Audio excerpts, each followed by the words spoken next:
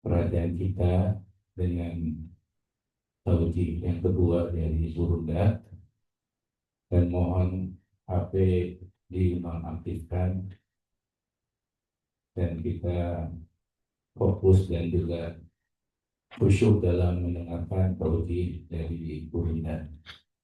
Baik, kita akan buka sama-sama dengan baca suratul Fatihah.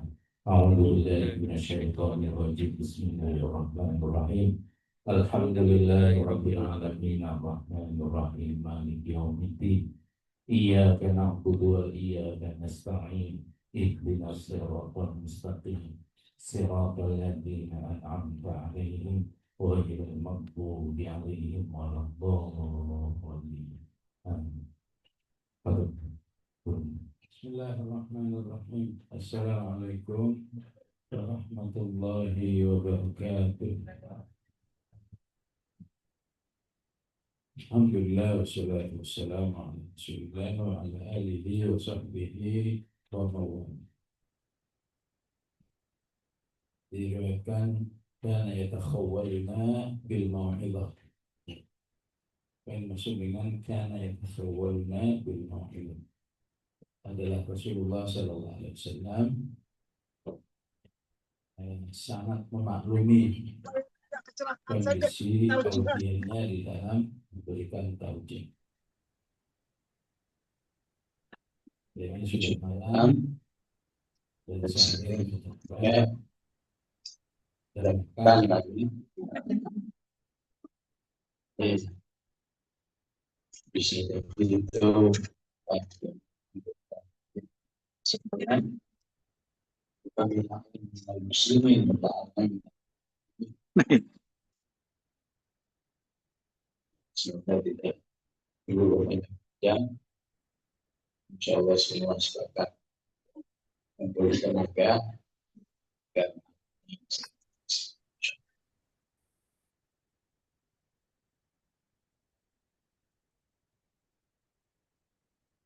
dalam Al-Quran pentingnya berangan-angan fisabilillah, melamun fisabilillah.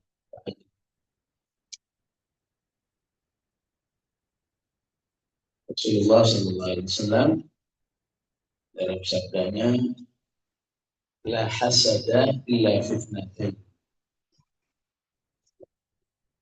Tidak menjadi keinginan yang negatif dalam menginginkan dua hal. Menginginkan atau berangan yang terkait dengan Al-Quran. Semoga dari bulan di Kudus anak-anak ada susah. Semoga sebelum usia 50 selesai kita terus.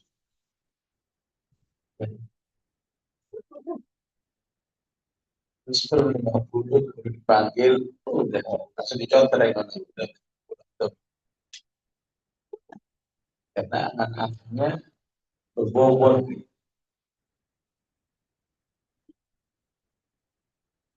Jadi berangan-anganlah dalam dua hal.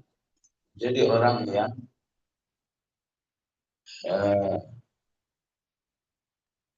sahibul Quran dan menjadi sahibul infak. Orang banyak infak. Jadi kalau punya duit itu yang diingat nomor satu, siapa yang harus infak, siapa yang harus infak. Baru kemudian apa yang dia punya, apa yang harus dibiayai. Walaupun para sahabat atau para tabi'in menambah poin ketiga. Jadi ada rajulun atallahul Quran, ada rajulun atallahu mal. Para sahabat, para tabi'in menambah poin ketiga, jenis orang ketiga. Ketiga itu apa? Dua-duanya. memadukan dua-dua. Rajulun atahullah Al-Quran wa atahullah malan. Ada ya Abu Bakar, ada Umar, ada Utsman, semua adalah orang yang unggul dalam dua hal. Di kalangan tabi'in namanya Abdullah ibn al-Mubarak. Wah, itu terkenal unggul dalam segala-galanya. Di bidang ilmu dia nomor satu. Di bidang kekayaan dan infaknya dia nomor satu. Dalam jihad dan jagoannya, jagoan bertarungnya dia nomor satu. Dalam keilmuan apa saja, tafsirnya, hadisnya, ilmu apa saja yang dibutuhkan oleh umat, dialah orang muslim.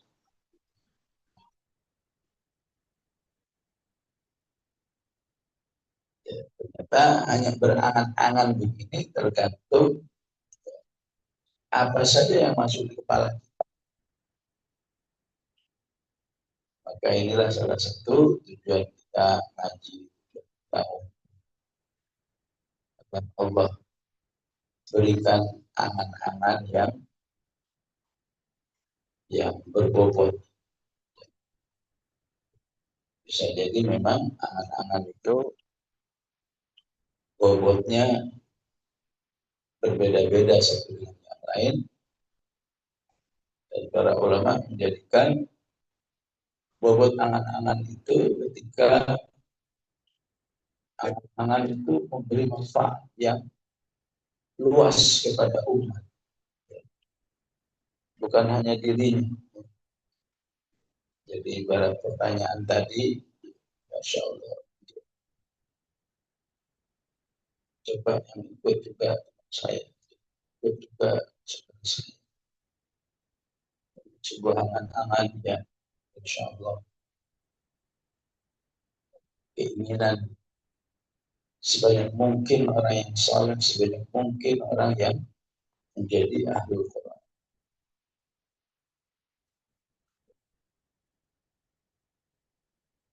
Salah satu 10 sahabat yang dijamin masuk surga bernama Abu Ubaidah bin Jarrah. Ketika dikasih jabatan oleh Umar, diamanahi panglima perang dalam membebaskan Filistin, Al-Aqsa, maka Umar diminta berkunjung ke lapangan. Datang karena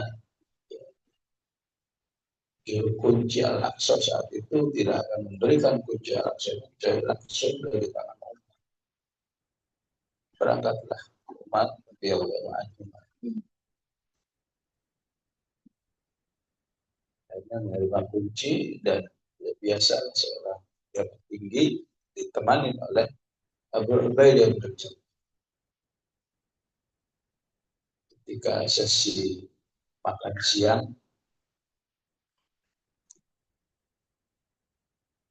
maka Umar ditawarkan untuk mau makan siang menu perwira panglima. Panglima ada staf-staf atau mau menu prajurit biasa. Jadi dua-duanya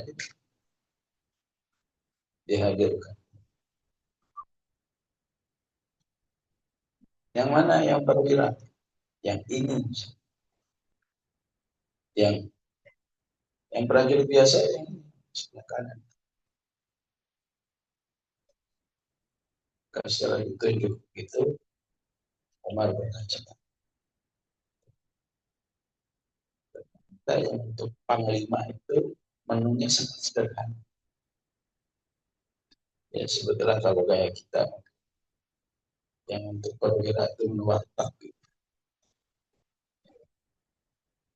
Sementara yang prajurit apa sederhana apa apalah yang mewah-mewah. Ya, begitulah para Islam.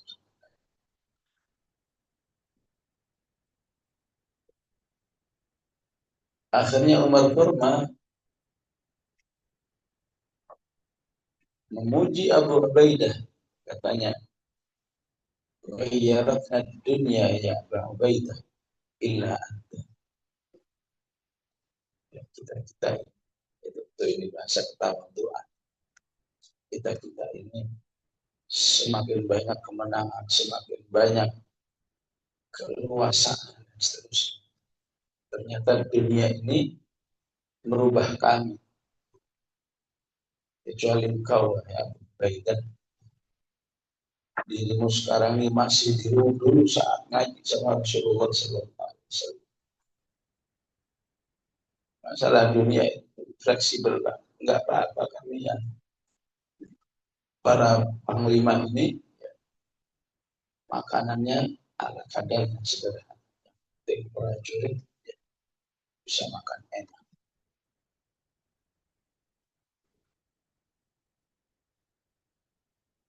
Sampai suatu saat Umar mengajak di kesempatan yang lain, ada sahabat lagi ngumpul. Umar mengajak para sahabat, ayo kamu berangan-angan.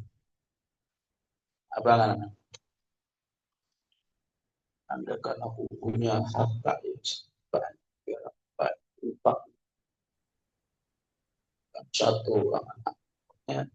Semuanya urusan dunia yang insya Allah ingin dimanfaatkan ke kepentingan di jalan Allah Subhanahu wa Ta'ala. Maka mereka bertanya, kalau Anda yang Mukminin apa? Sebetulnya mungkin anak-anaknya di sini di tempat seperti ini kira-kira itu angan lagi belum tentu happy. Kalau angan-anganku, andaikan ruangan seperti ini isinya seperti Abu Ubaidah semua. Itulah angan orang yang semakin tinggi ilmunya, semakin berbobot angan. Jadi kalau angan-angan itu semakin memberi manfaat yang luas pada umat. Kalau seruangan seperti ini si Abu Ubaidah semua, berarti angan-angannya pentingnya SDM unggul itu harus banyak di dalam kehidupan umat. Bisa. Jadi insya Allah dalam rangka mengikuti Umar bin Khattab, ya, bolehlah kita berangan. Terus saja semua ruangan ini insya Allah pulang-pulang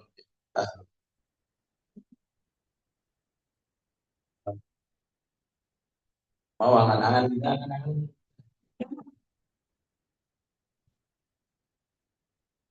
Karena ketika ada angan-angan berlaku SOP Allah, ana inda dhanni bi abdi.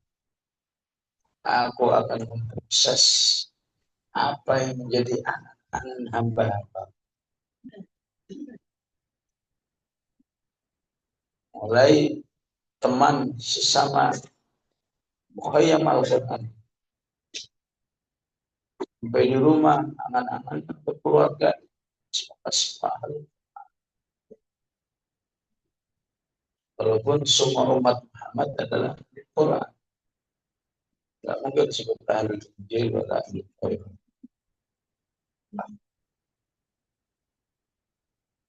Ya kalau semua umat Muhammad di ahli Quran, kenapa harus diangan-angankan? Maka kembali ke materi. Betul semua umat Muhammad ahli Quran, tapi kan ada yang zalimun li nafsi. Ahlul Quran, tapi dia tidak banyak mengakses Al-Quran itu sendiri. maka disebut zalimun li nafsi. Zalimun li nafsi itu artinya banyak menganiaya diri. Atau kalau bahasa ringannya, bahasa hariannya mungkin zalimun li nafsi itu nggak tahu diri banget. Punya Quran yang semulia ini, nggak punya keinginan apa-apa dari Allah. Kecuali cuma yang penting saya punya mushaf. Sementara Rasulullah mengatakan, silakan berkeinginan menjadi orang yang atahullahu Quran. Ya. Bahwa yatlu ana alaihi wa ana. Ya, baik. Yang disebut tak tahu diri, zalim diri. Bahkan udah tahu kamu itu aslinya Al-Quran, karena Al-Quran itu diturunkan kepada umat manusia. Syahrul Ramadan alladzi unzila fihi al-Quran hudan linnas, dan dirinya termasuk hudan linnas, bahkan di dirinya ada potensi muttaqin karena disebut hudan linnas dan hudan lil muttaqin. Linnas dalam arti hidayatul irsyad, hidayah yang sifatnya cuklat. Kalau masuk surga kamu lakukan ini ya, kalau aman neraka lakukan ini. Hudan lil muttaqin sudah aksi, namanya hidayatul taufik ya. Hidayah yang membuat manusia itu mau aksi. Diklatnya kalau mau masuk surga harus banyak beramal soleh. Innahum kanu qabla dzalika muhsinin. Yang kedua, kanu qalilan minal laili ma yahja'un, siap mendiskon sekian banyak waktu tidur. Bil ashari hum yastaghfirun, harus banyak beristighfar dalam surga. Udah lil muttaqin, langsung petunjuk-petunjuk ini dilakukan. Amal soleh apa saja sih yang akan surga? Oh, ternyata banyak berinfak, baik dalam kondisi harta yang sedikit maupun banyak. Alladzina yunfiquna fis sabilillah. Begitulah secara umum kapan disebut hudan linnas, kapan disebut hudan lil muttaqin. Antara Al-Quran itu sebagai hidayatul irsyad dan hidayatul taufiq. Hidayah yang menggerakkan manusia mau melaksanakan petunjuk-petunjuk Al-Quran. Beriman ya sama gaib, siap. Alladzina yu'minuna bil ghaib. Ini aksi. Salatlah ya, siap salat. Siap infak, siap keluarga infak. Beriman namun yunfik. Dan begitulah. Walimun li nafsi, tak tertarik semuanya.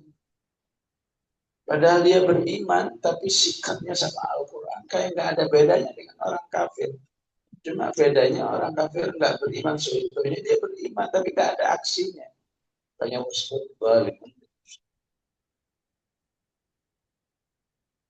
Tapi kalau masih mau belajar lagi, baru belajar sekali libur sebulan, belajar 3 kali libur 2 bulan. Dampaknya aja, dampaknya apa? Muktasid. Menjadi orang yang setengah-setengah. Lagi Ramadan hanya semangat. Syawal aja hilang lagi. Langsung semangat Ramadan sebulan itu istirahatnya minimal 3 bulan.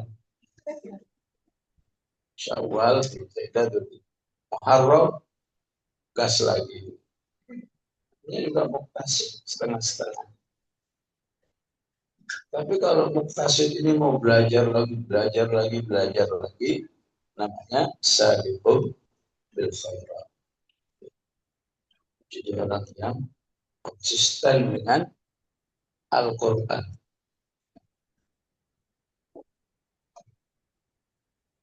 Maka siapa yang berada di sabiqun bil khairat, baru insya Allah banyak angan-angannya dengan Al-Quran.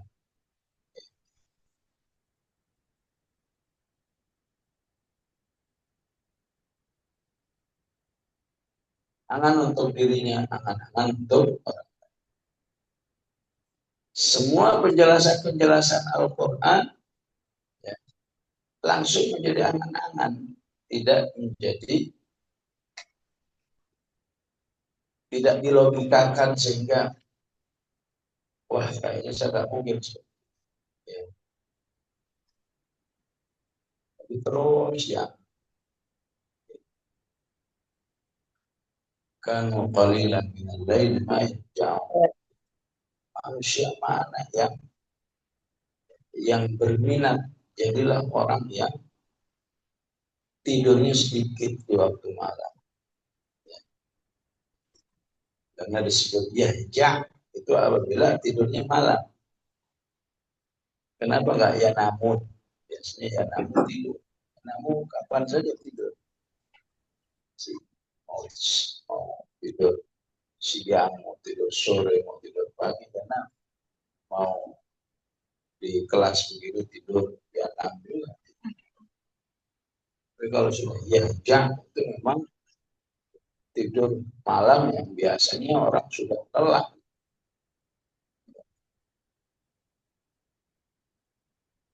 Betapapun nikmatnya karena Allah menginginkan kamu harus tidur, kamu harus bangun demi untuk sahih dia bangun. Udah dia nggak mikir yang lain-lain.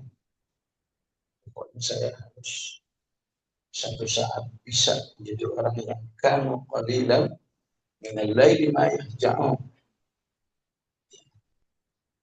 Muktasib zalim masih sibuk dengan perhitungan-perhitungan. Kalau sedikit tidur siangnya nggak bingung begitu. Seakan-akan Allah itu salah memberi arahan. Namanya juga zalimun, namanya juga muktasib. Kalau sabi pun udahlah pokoknya. Kalau Allah ngasih petunjuk pasti benar. Qul sadaqallah. Sampaikan Allah itu pasti benar. Man asdaqu minallahi qila. Man asdaqu minallahi haditha.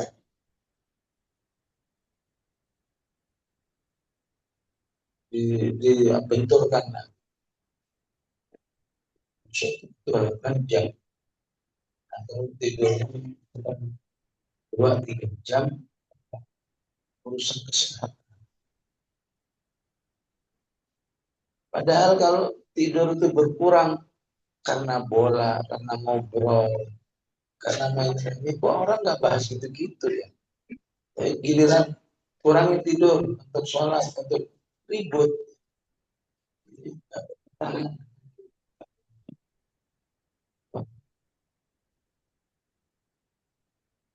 Punya bahas. Artinya yang urusan kesehatan itu salah satunya begadang, takut lagi.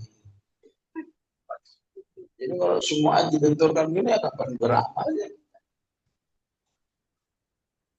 Jadi mulailah dengan angan-angan. Mulailah dengan mimpi. Sampai para ulama itu mengatakan ahlamul yaum aqwalikul ghadi. Kamu mau memimpikan hari ini mimpi-mimpi Al-Quran, menjadikan qalilan min al-lail, apalagi jadi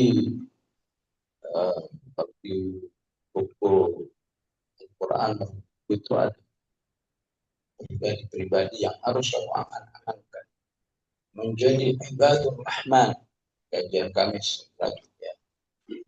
Jadi hamba-hamba Allah yang punya kedudukan spesial di sisi Allah Subhanahu.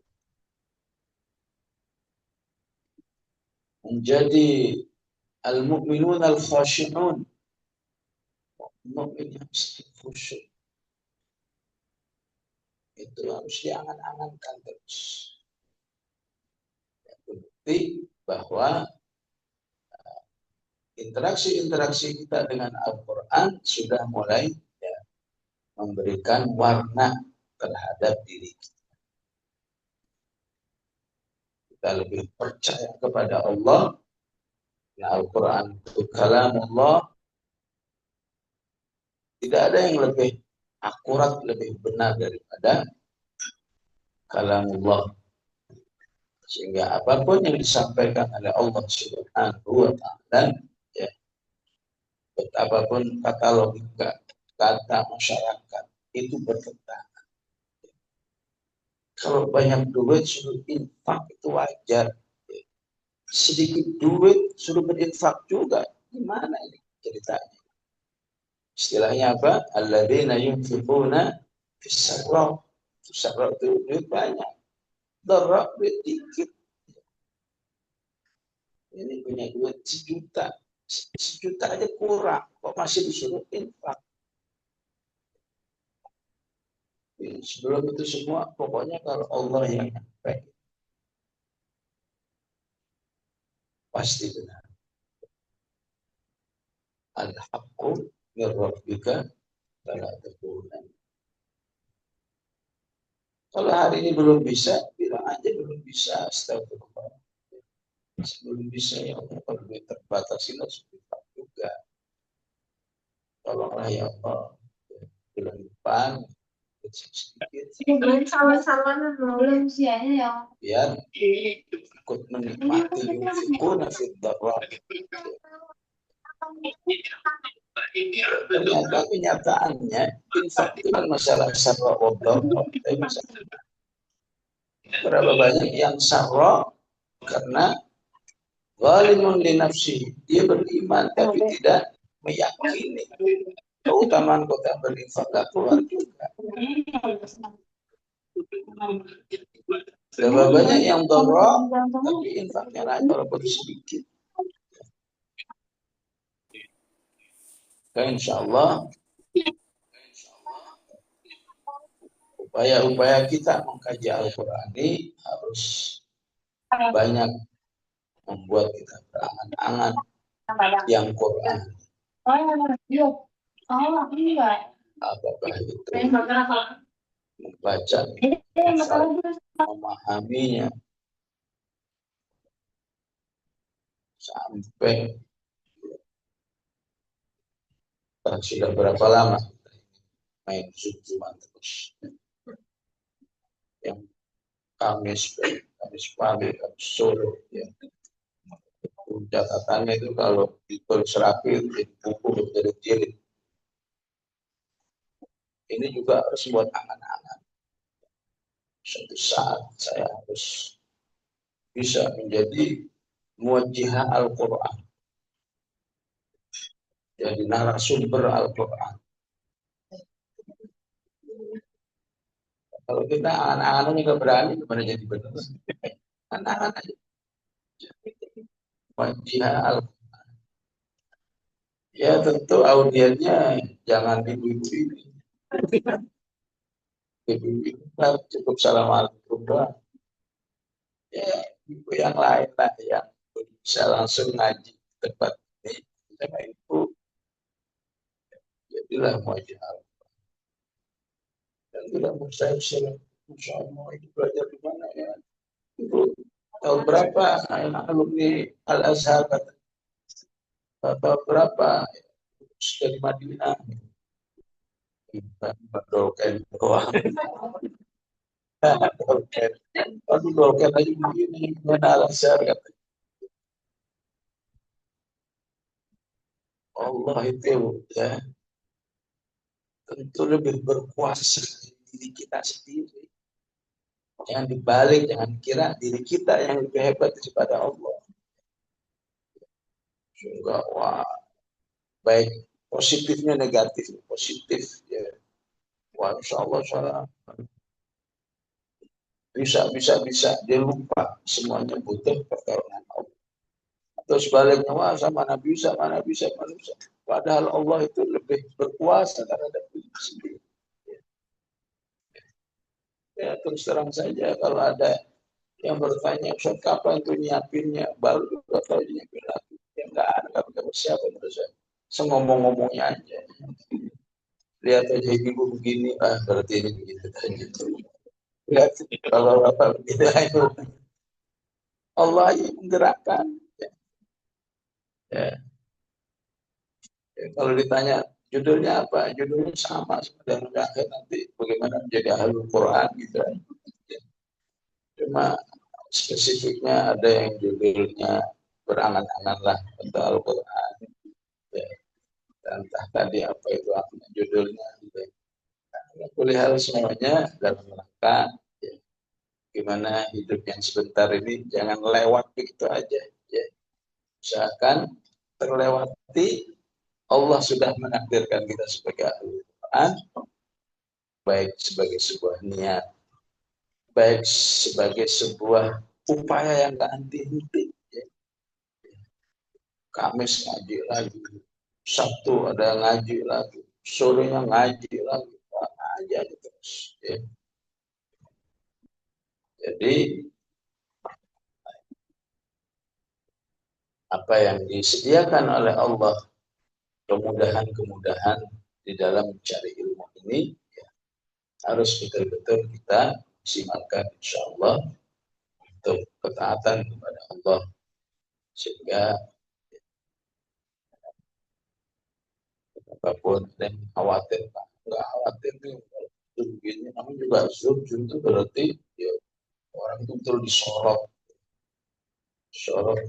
ngajinya ngomong apa aja nih ya kalau sudah ngaji sudah sekeluarnya aja yang penting ya, semuanya untuk perbaikan umat. Allahu a'lam. Qul qawli hadza wastaghfirullahaladzim. Assalamualaikum warahmatullahi wabarakatuh.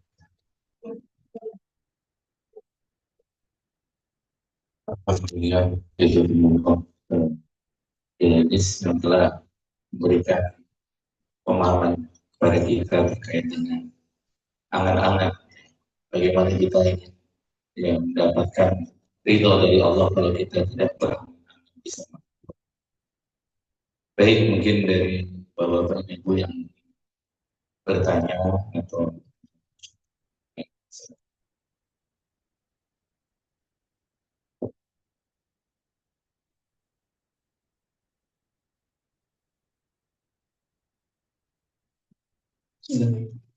Assalamualaikum warahmatullahi wabarakatuh. Waalaikumsalam. Ustaz, salam, saya Agung dari Bandung. Beberapa waktu lalu di kajian seperti ini Ustaz pernah menyampaikan di usia 6 tahun atau 7 tahun awal SD Ustaz terbiasa ikut kajian-kajian tafsir atau apa gitu kan usia yang dini sekali. Uh, di usia itu apakah Ustaz sudah memiliki angan-angan angan-angan tentang Al-Quran atau bagaimana Ustaz? Mungkin kita dekat katakanlah berinteraksi dengan Al-Quran di usia yang sudah dewasa, sudah berpuluh-puluh tahun. Dan kita mengharapkan anak-anak kita punya angan-angan tentang Al-Quran ini di usia yang sedari ini. Terima kasih. Assalamualaikum warahmatullahi wabarakatuh. Jadi tema anak-anak ini memang sangat diyakini. Ketika anak itu tiap hari nontonnya Superman mungkin ada. Tiap hari nonton Spider, tiap hari nonton Captain Amerika, itu semua tujuannya nontonnya sinetron. Karena di sinetron itu karena ada orang miskin, semuanya kaya semua. Sampai orang Arab datang di sini lihat sinetron. Begitu lihat di kenyataannya, kayaknya miskin semua, kaya semua. Ya. Jadi sama India juga gitu ya. Nonton India mah mewah-mewah semua. Kadang datang ke India, banyak yang miskin, ini miskin banget, ada miskin jorok. Mana ada orang India ngaduk pakai kantong kayak orang Indonesia. Tapi pakai tangan. Mana ada orang India misalnya tepung itu supaya pipih itu kayak tulis plastik. Cara pipihnya kok taruh di keteknya aja. Yang nanti digoreng juga mati.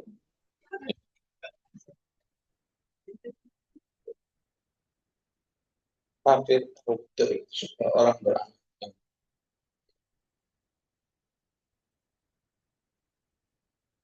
Maka ya betul lah ya, sistem pendidikan Islam, suasana pendidikan, lingkungan, pendidikan tangga, tidak ada lain supaya ya, generasi ini berakhir. Saya lupa apa anak-anak saya waktu saya ceritakan. Ya, kalau saya begini juga tidak terlepas mungkin dari angan-angan orang tua juga. Kemudian Allah taskhir, Allah sediakan berbagai macam kondisi-kondisi yang terjadi sejak dini. Ya, saya katakan dari kurang lebih umur tahun itu di masjid rumah saya itu tiap ada zuhur ada kajian tafsir Al-Jalalain.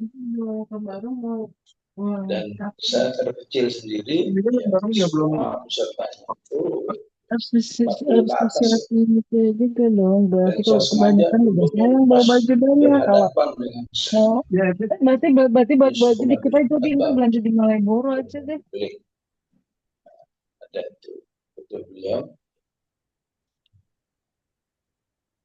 Saya duduk paling depan dan saya mencatat apa yang disampaikan Kalian bisa lagi. terutama Jadi masih kosakata motivasi ikut musoyamnya Al-Quran. ini. Nanti dia jalan-jalan ke Jogja, udah saya daftar Beliau musoyam. dan sejak itu saya sudah mengambil kesimpulan sebetulnya kosakata Al-Quran itu tidak banyak. Boleh ikut BR. Dari ribuan itu Pokoknya yang kajian yang Kamis betul-betul pagi nggak nih, kalau berulang dengarnya yang katanya Kamis kurang pagi lebih nih. 300. Ada dari Lampung, ada Tapi dari kalau ya Jatim. Yuhaladina Amam kan banyak. Kalau Umi kan yang nasional, kalau ini kan Ya cuma Yuhanas banyak. Jahannam khalidina fiha. Jannah khalidina fiha kan banyak. Paling yang nggak berulang-ulang itu katanya kurang lebih 300.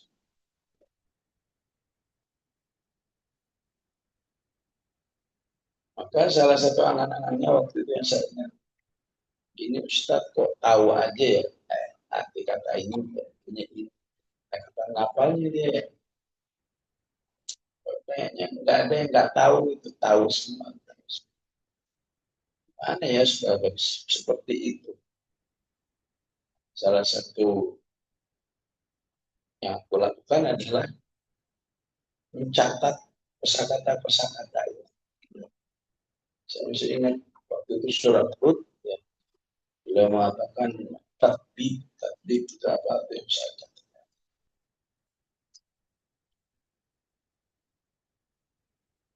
Kadang-kadang lupa nanya kan. Satu saat kosakata apa lupa nanya lagi. Namanya khas kondisi di Indonesia itu ya. Kalau banyak nanya malah diomelin. Nanya dulu dari kemarin nanya itu lagi. Itu udah lupa kalau nanya. Bodoh amat. Nanya lagi. Ya itulah saya katakannya. Ya, eh, kok bisa ya ada manusia semua kata Al-Quran, semua kosakata Al-Quran, tahu semua artinya. Ya, gimana dia belajarnya? Dan angan-angan seperti itu ketika diaminkan oleh Allah Subhanahu wa taala, insya Allah terrealisasi dalam diri. Termasuk hifdzul Quran itu juga berawal dari anak-anak. Gak boleh lihat orang hafal Quran, mau suaranya enak atau disyaratkan. Sehingga setelah direkam, diulang lagi di rumah itu selalu menjadi, ya, kok bisa ya ada orang baca Quran dengan cara ini, hafal.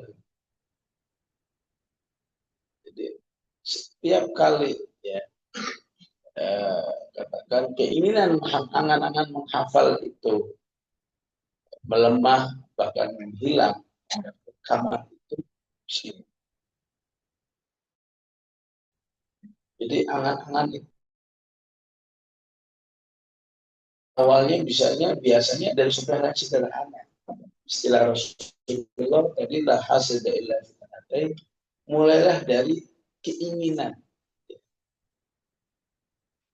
Punya keinginan nggak ada untuk tema Al-Quran. Dari keinginan itulah akan ada aksi. Aksi itu akan terus berkembang untuk membackup angan-angan yang sudah terjadi dalam diri. Ya, istilahnya tadi, kok bisa ya ada orang hafal Quran begini, kira setiap SMP. Lama-lama jadi senang merekam. Merekam juga nggak harus langsung dari orangnya. Ya. Kebetulan di Surabaya itu kalau hari Ahad itu radio-radio itu banyak merilis kegiatan pasmi. Jadi rekamnya di radio aja. Dari merekam di radio jadi senang menyimak orang yang lagi tasbih. Menyimak aja itu kalau nggak punya angan-angan, nggak punya keinginan apa-apa, membosankan. Apa yang dengerin orang baca Quran?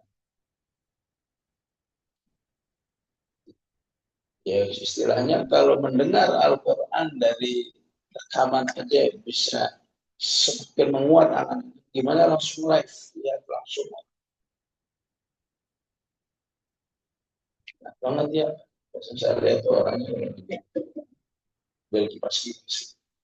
Dan dalam satu Jokowi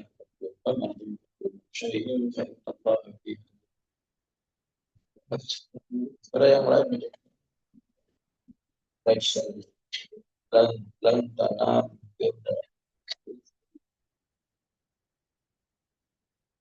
Jadi di mana ada, ya, ada kegiatan tasmi, di situ saya hadir. Dan Allah terus hadirkan kondisi-kondisi yang membuat anak itu semakin menguat. Ya. Kira-kira di umur 15 tahun ada semaan yang baca itu anak 11 tahun. Ya. Saya ingat sekali dia baca Al-Maidah. Al-Maidah kan termasuk yang susah dihafal di pemula. Tapi ini baca Al-Maidah itu 30 aja. Wah, semakin menguatkan. Malah mencoba ikut tarawih yang 1 juz, tarawih yang 2 juz. Itu karena semakin istilah menggila lagi itu anak. Terutama ketika ada, ya, seorang kakek yang jalan aja susah, jalan tuh dipapah. Beliau bernama Syekh Adlan Ali, orang Jombang. Tapi kalau dia mulai 2 juz, udah kayak anak muda aja. Itulah mujizat Al-Quran. Yaitu semua amanah yang terjadi di masa kecil, ya. Ya termasuk penulis itu juga sudah dari SD itu sudah coba nulis.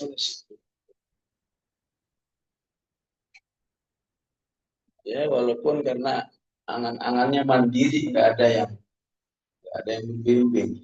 Jadi mungkin ini coba, mungkin ini dicoba. Begitulah kemakuasaan Allah memilih hamba-hambanya sehingga apa yang bisa lakukan saat ini ya sebetulnya zakat semua anak-anak itu ya, minta habis di sini semua kita bersyukur baik tasfir semuanya ini mudahkan terjadinya seperti hal semua bisa tinggal bagaimana anak-anak ini harus terpancing lebih kuat lagi, lebih kuat lagi, lebih kuat lagi. Maka apakah karena sebuah kajian, apakah karena sebuah lingkungan? Mungkin kalau saya lebih karena lingkungan di kecil ya, saat itu memang di daerah tempat tinggal saya itu banyak ulama bahasa tafsir. Jadi sebuah tempat tinggal biasa, tapi suasananya bukan pesantren. Kalau saja bagi yang memanfaatkan ilmu mereka, tapi yang menganggap itu biasa saja ya. Itulah mungkin pengalaman dan beramal. Ya, sekarang semoga semua yang hadir insya Allah Al-Quran. Ya, Pak. Baik, ada lagi bertanya.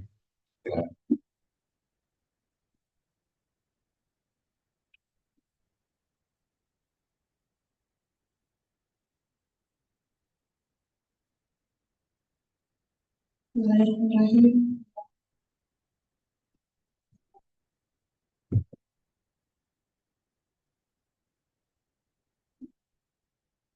Jazakallah atas kesempatan bertanya.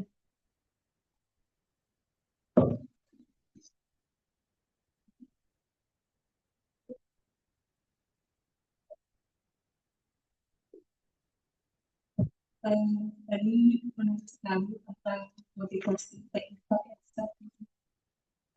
apakah dalam beramal infak ini ada segi awaliyatnya, segi prioritasnya jika selain seseorang itu pengen banyak berinfak ya, kemudian sisi lain juga dia punya tanggungan yang harus membayar hutang seperti itu saat mau caranya.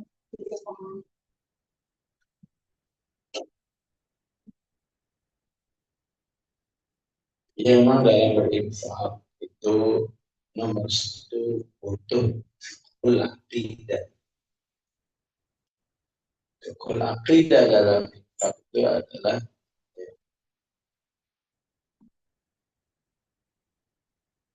seperti yang diungkapkan di surah An-Najm, wa annahu wa inna wa aqrab. Harta yang kita miliki baik itu berlebih maupun pas-pasan itu semua dari Allah.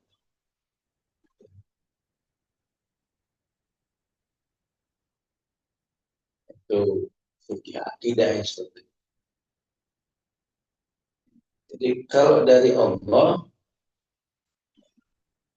maka harus distribusinya sesuai dengan kemauan Allah. Tidak.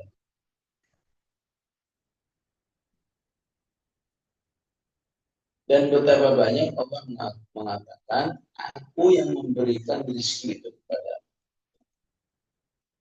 Apakah dengan mimma razaqnahum yunfiq. Nah, nanyakan Allah. Alladzi khalaqakum tsumma razaqakum. Allah yang memang ada selain Allah yang bisa rezeki kepada. Al min khaliqin khairullah.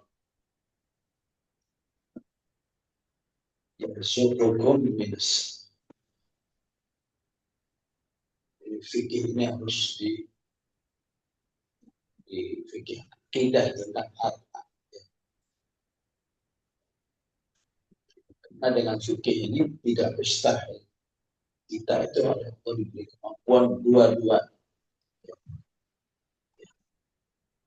baik yang skala prioritas maupun tidak skala prioritas, semua berhasil kita berikan, berhasil kita penuhi, semata-mata karena pertolongan Allah. Ya.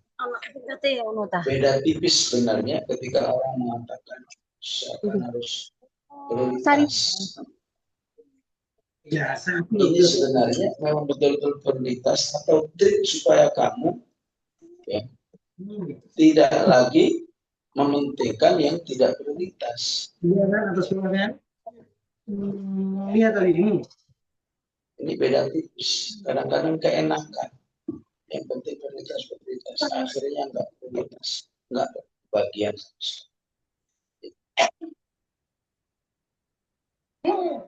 Jadi memang prioritas itu enggak kira-kira. Sudah mengatakan 1 dinar yang infakkan kepada istrimu itu lebih baik daripada engkau berikan kepada orang muslim. 1 dinar kepada istrimu itu lebih baik daripada infak yang kau berikan untuk merdekakan budak dan seterusnya. Kita imakan dengan hadis ini, maka yang lain ketutup semua. Betul buat istri aja, buat istri. Daripada nggak mau. Jebak dengan prioritas. Mana dulu silakan. Jadi kalau mau prioritas tetap aja berranking. Ini prioritas 1, ini prioritas 2, 3, 4. Jangan semua isinya 1 doang, nggak ada 2, nggak ada 3. Ketika mindsetnya sudah seperti itu, karena tanpa akidah kan ya habis dong duitnya kalau banyak prioritasnya begini. Nah, berarti orang masih belum yakin bahwa ini sebetulnya kutipan dari Allah. Kualitas Zoom-nya memang tidak bisa dijamin. Akidahnya kalau salah hadir, mana kesemangat min sedekah. Enggak koyo nek kajian enggak berkurang. Tuhan ya. Ini 1.000.000, kalau 100. Itu kan bahasa logika, ini masih 900. Bahasa akidah enggak, ini yang ada sudah 1 juta lebih. Nah, tidak dalam. Iya sayangku. Nah, ketika fikul akidah ini beres-beres sambil dilaksanakan dengan baik, tidak mustahil manusia itu ada saatnya prioritas itu, ada saatnya prioritas 2. Makasih sayang. Ada saatnya prioritas 3. Ya. Sehingga semua ibaratnya ada menunya. Infak kepada istri itu memang prioritas pertama. Tapi kalau gara-gara prioritas pertama kamu jadi tidak punya peran di Filistin di sana, apa enggak rugi? Memang Filistin prioritas, tapi kamu nggak punya peran dengan saudaramu yang di Aceh, di Sumatera Utara, Sumatera Barat, kamu nggak rugi. Bagaimanapun di tetangga, ya. Dalam skala negara, regional. Jadi tetap prioritas itu harus dengan fikih al-aqidah. Ya. Jadi apakah gantian? Ntar prioritas 1 istri, ntar prioritas 1 Filistin, ntar prioritas 1 Sumatera, ntar prioritas 1 masyarakat di sekeliling. Ya. Apakah dengan cara ya mungkin ketika istri menjadi prioritas bukan 1, yang penting hak wajibnya sudah terlaksana, nggak berlebih dan seterusnya, dan tidak mustahil Allah melihat. Ganti itu. Nanti kalau itu sudah kotor, dicuci, gantiin. Ingin menggapai semua yang direkomendasikan oleh semuanya. Ada rekomendasinya masing-masing. Akhirnya tanpa kita sadari kita diberi kemampuan memenuhi semua yang menjadi prioritas. Yang menjadi prioritas secara kekeluargaan, secara kedakwahan, secara sosial.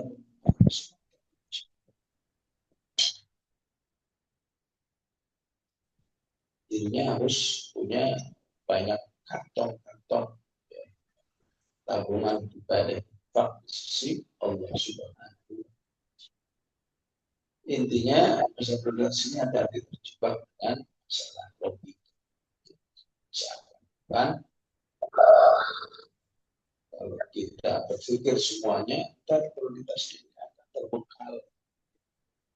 Akhirnya kita bilang bahwa ruang ini tidak kalah. Berartinya, ya, misalnya, dengan peluang Filistin, padahal di situ ada hadis menjahit dan bazir, siapa yang mendani sudah berjihad.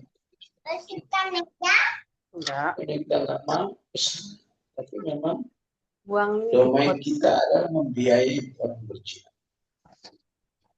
Sehingga Allah pun sudah membiayai, sudah berjihad.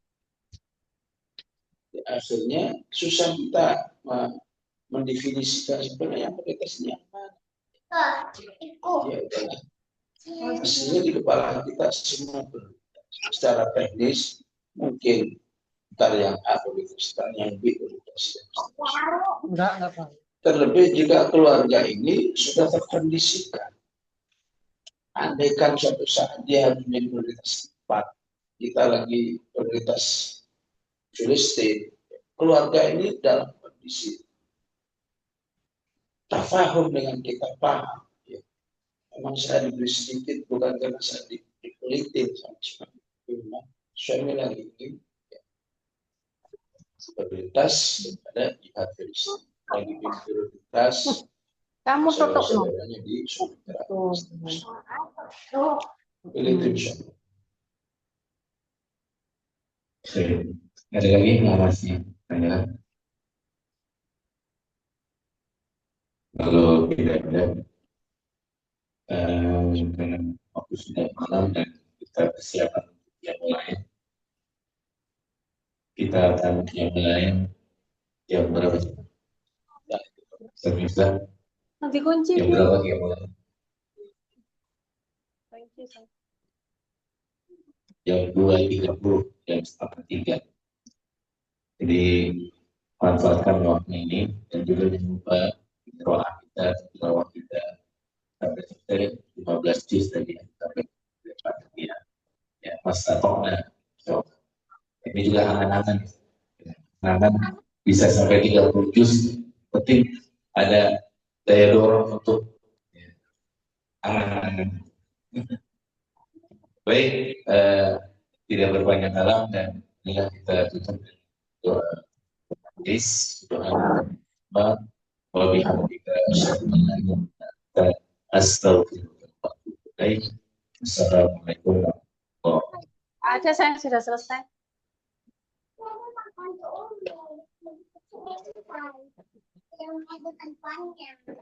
Terus kamu sikat gigi. Apa yang diberantakan aku belum.